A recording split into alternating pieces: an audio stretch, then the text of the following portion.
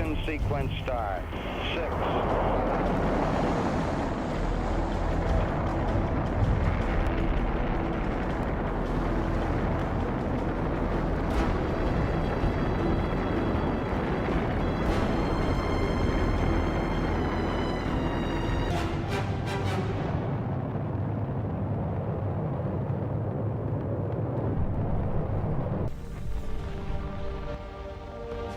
The first thing, obviously, that we're going to have to do is to undock from the command module. Roger, how does it look? And then we rotate it around so that Mike could sort of make a quick check of our landing gear. Listen, Dave, everything's going just swimmingly. Beautiful. Then the first thing we need to do is establish communication with the Earth.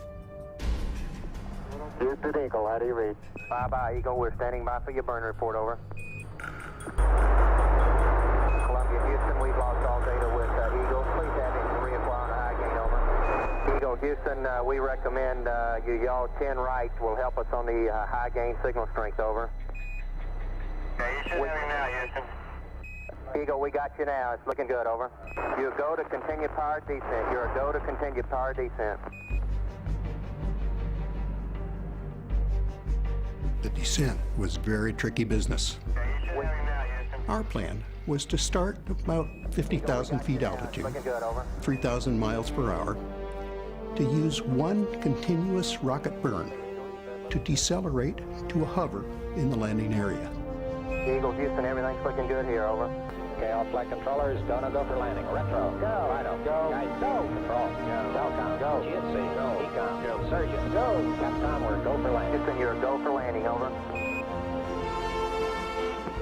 Program alarm. And about that time, we got a computer alarm of 1202. 1202. 1202. What's the reading on the 1202 program alarm? Roger, we got you. We're going at alarm. Now the landing radar can begin to pick up range and velocity of the ground beneath us, and it compares that with what the computer thinks it ought to be, and there's a big difference. Hold on. Our position check downrange to us to be a little off. Roger. 1201. 1201. We're go. Same type. We're go.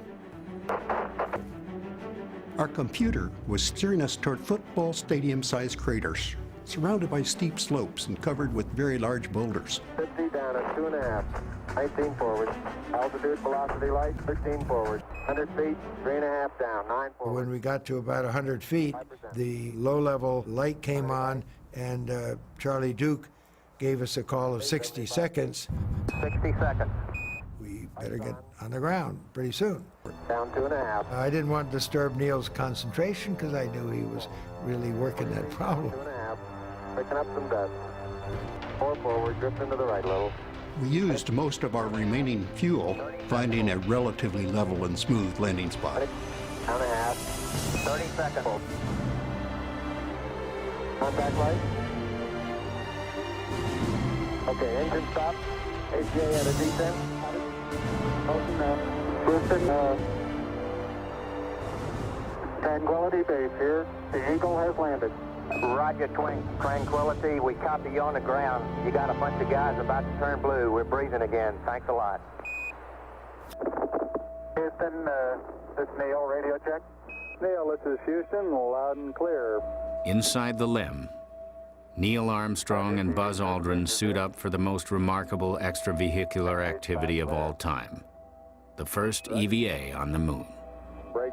Buzz, this is Houston. Radio check and verify TV circuit breaker in. Okay, Neil, we can see you coming down the ladder now. Very fine grain as you get close to it. It's almost like a powder.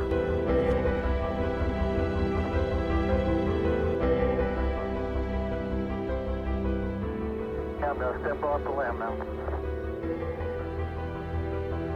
That's one small step for man, one giant leap for mankind.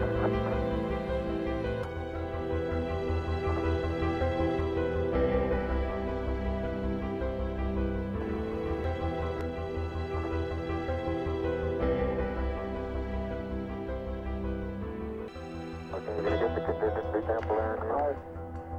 Okay, that's good. I'll try to get a rock in here. It has a stark beauty all its own. It's like much of the high desert of the United States. It's different, but it's very pretty out here. Okay, ready for me to come out? All set. 15 minutes later, Buzz Aldrin is ready to join Armstrong on the surface of the moon. There you go. For those who haven't read the plaque, we'll read the plaque that's on the front landing gear of this LEM. We had a couple of things to do, and one was to unveil the plaque that was on the landing gear. Dear men from the planet Earth, first set foot upon the moon, July 1969, AD. We came in peace for all mankind. That statement really, to me, was a very symbolic one of not just our mission, but all of the Apollo effort. Columbia, this is Houston, reading you loud and clear, over. Nearly 60 miles above them, Michael Collins orbits the moon alone in the command module. Roger, the EVA is progressing beautifully. I believe they're setting up the flag now. Great. I guess you're about the only person around that doesn't have TV coverage of the scene. That's all right, I don't mind a bit. Tell me if you got a picture, Houston. Well, we got a beautiful picture, Neil.